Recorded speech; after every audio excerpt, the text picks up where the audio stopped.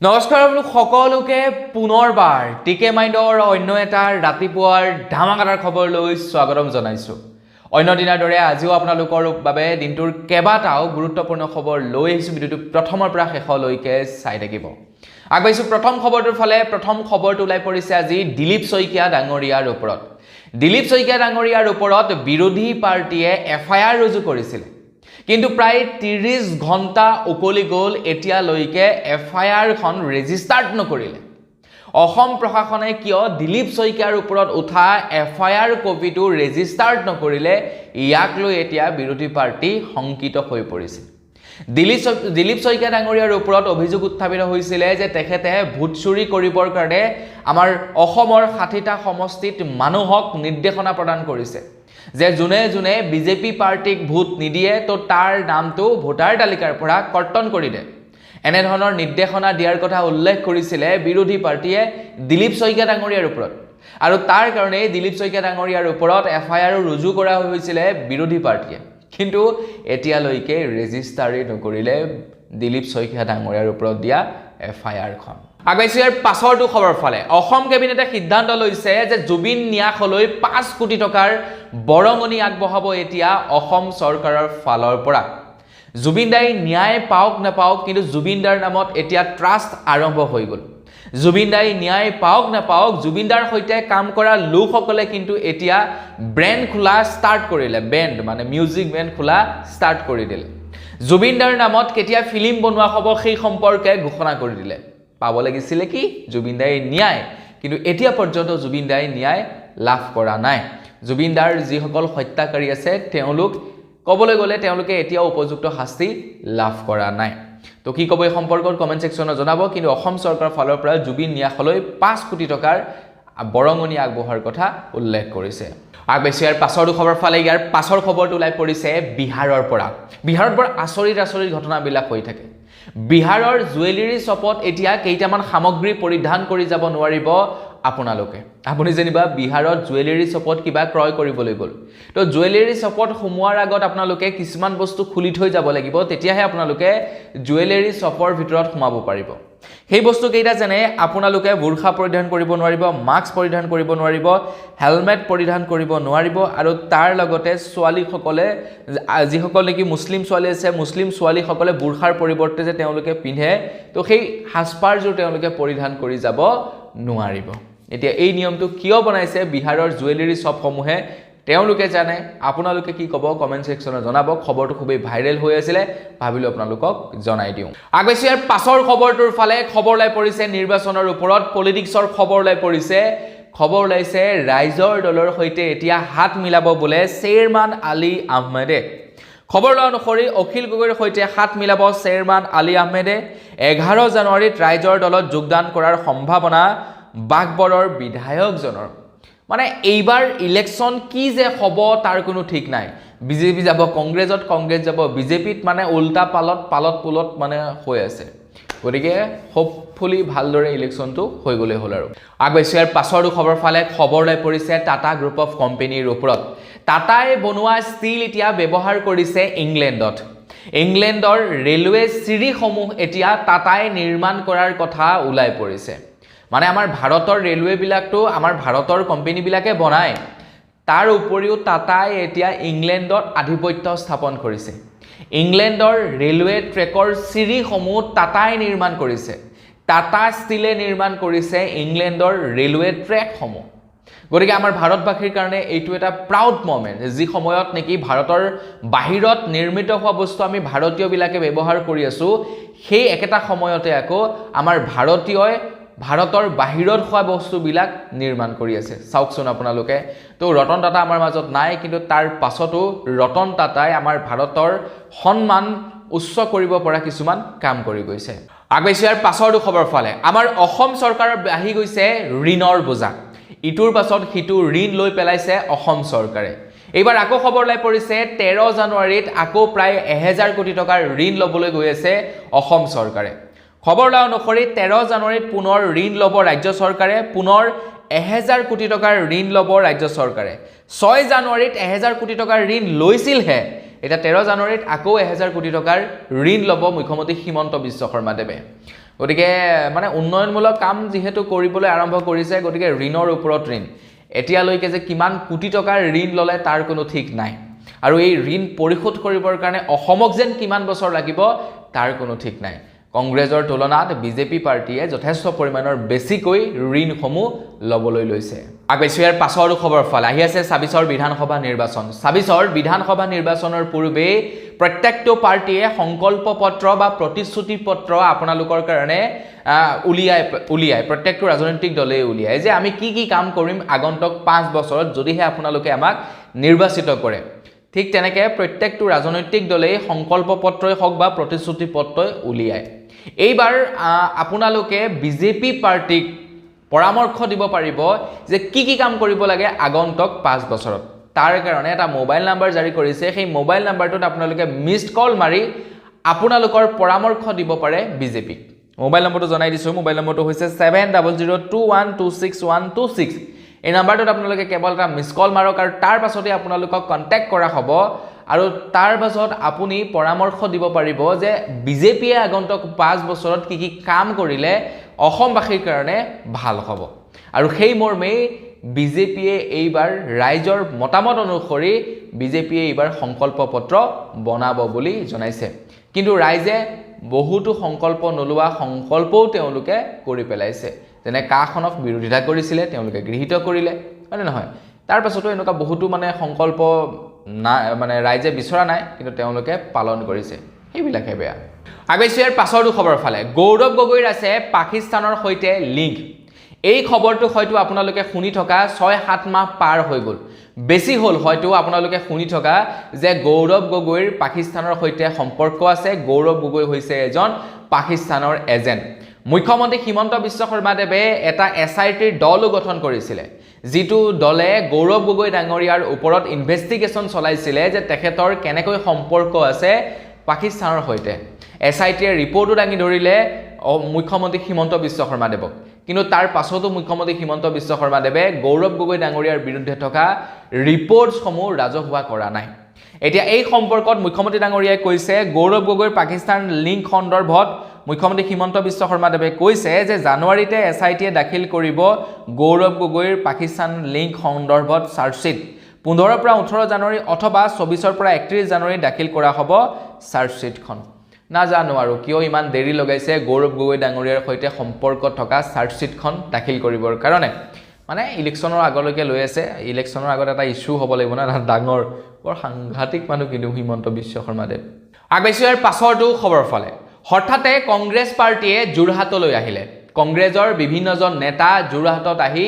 যোৰহাটবাসী ৰাইজৰ পৰা পৰামৰ্শ ললে যে কি কৰিলে ভাল হ'ব কি কৰিলে বেয়া হ'ব এক প্ৰকাৰ ক'বলৈ গ'লে যোৰহাটবাসী ৰাইজৰ কি অভিযোগ আছে চৰকাৰৰ প্ৰতি বা কি বিচাৰে কংগ্ৰেছ পাৰ্টিৰ প্ৰতি তো ৰাইজৰ পৰা সেই অভিযোগ বিচাৰিলে কংগ্ৰেছ পাৰ্টিৰ বিভিন্ন নেতা আহি যোৰহাটত তাৰ পিছত এখন সংবাদ মেলৰ আয়োজন কৰিলে তো ৰাইজৰ পৰা অভিযোগবিলাক ললে ঠিকই আছে ৰাইজৰ পৰা পৰামৰ্শ ললে ঠিকই আছে কিন্তু পৰামৰ্শ লোৱা যিবিলাক চিঠি বা বাকচসমূহ প্ৰেছ মিট কৰাৰ পাছত তাতে পেলাই থৈ গুচি গ'ল এয়া হৈছে চাওকচোন বাৰু অকমন্য মানে হয় না নহয় কওকচোন অকমন্য হয় না নহয় বাৰু তেওঁলোকক এনেই ভাল নোপোৱা হৈছে কংগ্ৰেছ পাৰ্টিক এনেই ভাল নোপোৱা হৈছে তাতে আকৌ এনেকুৱা ধৰণৰ কামকাজবিলাক কৰিলে যিকেইজন ভাল পোৱা মানুহ আছে সেইকেইজনো নাইকিয়া হ'ব গতিকে অকমান দিমাগটো ব্যৱহাৰ কৰি পলিটিক্স কৰক আগবাইছো ইয়াৰ পাছৰ খবৰ ফালে ইয়াৰ পাছৰ খবৰটো ওলাই পৰিছে তিনিচুকীয়াৰ আদিত্য হস্পিটেলৰ ওপৰত খবৰ ওলাই পৰিছে তিনিচুকীয়াত ৰং ট্ৰিটমেণ্টৰ বাবে এগৰাকী ছোৱালীৰ মৃত্যু হয় আদিত্য হস্পিটেলত চিকিৎসাধীন অৱস্থাত মৃত্যু হোৱা হেমামণি বৰাৰ দণ্ডাধীশ পৰ্যায়ত তদন্তৰ ঘোষণা কৰা হৈছে ৰং ট্ৰিটমেণ্টৰ বাবে মৃত্যু হৈছিলে হেমামণি বৰাৰ তদন্তৰ বাবে জিলা প্ৰশাসনে গঠন কৰি দিলে 7 দিনৰ ভিতৰত দাখিল কৰিবলগীয়া প্ৰতিবেদন আদিত্য হস্পিটেলৰ বিৰুদ্ধে ভুল চিকিৎসাৰ এতিয়া অভিযোগ উত্থাপিত হৈছে মানে তিনিচুকীয়াৰ আদিত্য হস্পিটেলে এগৰাকী ছোৱালীৰ সৈতে ৰং ট্ৰিটমেণ্ট কৰিলে আৰু তাৰ পাছত সেই যুৱতীগৰাকীৰ মৃত্যু হয় এতিয়া সেই আদিত্য হস্পিটেলৰ ওপৰত ৰিপৰ্ট দাখিল কৰিবৰ কাৰণে এটা দল গঠন কৰি দিছে তেওঁলোকে আদিত্য হস্পিটেলৰ ওপৰত এতিয়া ইনভেষ্টিগেশ্যন কৰিব আপুনি ভিডিঅ'টো ক'ৰ পৰা চাই আছে কমেণ্ট ছেকশ্যনত জনাব সবিশেষ তথ্য যদি জানে সেইটোও আপোনালোকে জনাই থৈ যাব ইয়াৰ পাছতে আকৌ খবৰ ওলাই পৰিছে তিনিচুকীয়া আদিত্য হস্পিটেলৰ ওপৰত এতিয়া আদিত্য হস্পিটেলৰ ওপৰত খবৰ ওলাই পৰিছে যে আদিত্য হস্পিটেলক হেনো বোলে সিল কৰি দিয়া হ'ল যিগৰাকী যুৱতীৰ মৃত্যু হৈছিলে এক্সেক্টলি তেখেত আছিলে এগৰাকী পশুতি আৰু তেখেতক ৰং ট্ৰিটমেণ্ট কৰাৰ বাবে আদিত্য হস্পিটেলত সেই মহিলাগৰাকীৰ মৃত্যু হয় আৰু তাৰ পাছত তেখেতৰ আদিত্য হস্পিটেলৰ ওপৰত মানে ইনভেষ্টিগেশ্যন চলে আৰু সেই ইনভেষ্টিগেশ্যনৰ অন্তৰত এতিয়া আদিত্য হস্পিটেল বেন কৰি দিয়া হৈছে তলা লগাই দিয়া হৈছে বন্ধ কৰি দিয়া হৈছে তো বন্ধু বান্ধৱীসকল কি ক'ব এই সম্পৰ্কত আপোনালোকে কমেণ্ট ছেকশ্যনত জনাই যাব অসমৰ মুখ্যমন্ত্ৰী ডক্টৰ হিমন্ত বিশ্ব শৰ্মাদেৱে কৈছে যে সংবিধান মতে আমাৰ ভাৰতৰ প্ৰধানমন্ত্ৰী যিকোনো সম্প্ৰদায়ৰ মানুহে হ'ব পাৰে বা যিকোনো ধৰ্মৰ মানুহে প্ৰধানমন্ত্ৰী হ'ব পাৰে নো ডাউট এখন আমাৰ ভাৰতখন যিহেতু এখন মানে ধৰ্ম নিৰপেক্ষ দেশ ইয়াতে এপিজে আব্দুল কালামৰ নিচিনা মানুহ প্ৰধানমন্ত্ৰী হৈ গৈছে মিছাইল মেন তেখেত এজন মুছলমান মানুহ হিন্দু মানুহ ইয়াতে প্ৰধানমন্ত্ৰী হৈ গৈছে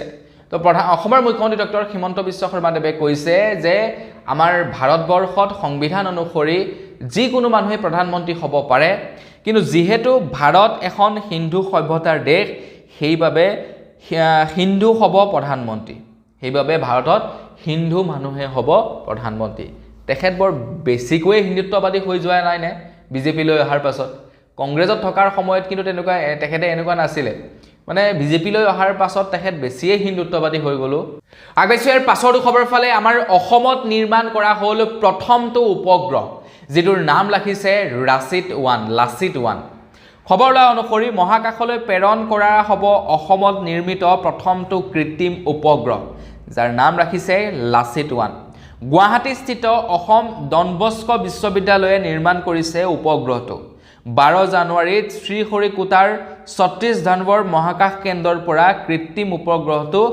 কক্ষপথলৈ প্ৰেৰণ কৰা হ'ব বুলি খবৰ ওলাই পৰিছে বাপৰে বাপ ডন বস্কোৰ ছাত্ৰ-ছাত্ৰীয়ে মানে ডন বস্কোত নিৰ্মাণ কৰিলে সেই কৃত্ৰিম উপগ্ৰহটো আৰু কৃত্ৰিম উপগ্ৰহটো এতিয়া নিক্ষেপ কৰা হ'ব বুলি খবৰ ওলাই পৰিছে আগবাইছোঁ ইয়াৰ পাছৰটো খবৰ ফালে বিৰোধীয়ে কৈছে যে চৰকাৰে জুবিন দাক ন্যায় দিয়ক বা নিদিয়ক আমি জুবিন দাক ন্যায় দিহে এৰিম জুবিন দাই যেতিয়া পৰ্যন্ত ন্যায় নাপায় তেতিয়ালৈকে আমি ক্ষান্ত নহওঁ আৰু এইটো এটা ভাল কথাই কৈছে জুবিন দাক যিমান পাৰে সোনকালে ন্যায় দিব লাগে দিলে ডিফিউজ কৰিবগে নালাগে জুবিন দাৰ কেছটো এটা খবৰ লোৱা অনুসৰি বিৰোধী পাৰ্টিয়ে জুবিন গাৰ্গৰ মৃত্যুৰ তদন্ত আৰু ন্যায়িক প্ৰক্ৰিয়াৰ দিশটো নিৰীক্ষণৰ বাবে প্ৰদেশ কংগ্ৰেছৰ ছজনীয়া এটা দল গঠন কৰি দিছে বুলি খবৰ ওলাই পৰিছে আৰু সেই ছজনীয়া দলটোৱে জুবিন দাৰ ন্যায় প্ৰক্ৰিয়াটো নিৰীক্ষণ কৰিব বুলি জনাইছে মুঠৰপত তেওঁলোকে কৈছে জুবিন দাৰ ন্যায় পাব লাগে আৰু কিছুমানে কৈছে জুবিন দাক লৈ তেওঁলোকে পলিটিক্স কৰিছে জুবিন দাক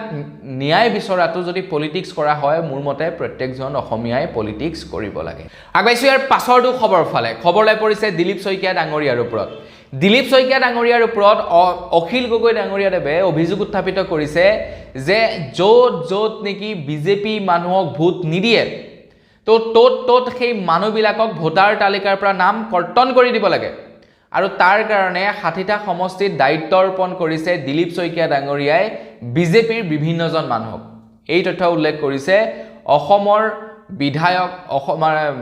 শিৱসাগৰৰ বিধায়ক অখিল গগৈ ডাঙৰীয়াই আৰু তাৰ পাছতে এতিয়া দিলীপ শইকীয়া ডাঙৰীয়াদেৱে প্ৰত্যুত্তৰ দি কৈছে যে অখিল গগৈৰ ওচৰত প্ৰমাণ ক'ত আছে অখিল গগৈয়ে ক'ত প্ৰমাণ পালে যে মই 60টা সমষ্টিত মানুহ নিয়োজিত কৰিছোঁ বিজেপিক ভোট নিদিয়া সকলৰ নাম কৰ্তন কৰিবৰ কাৰণে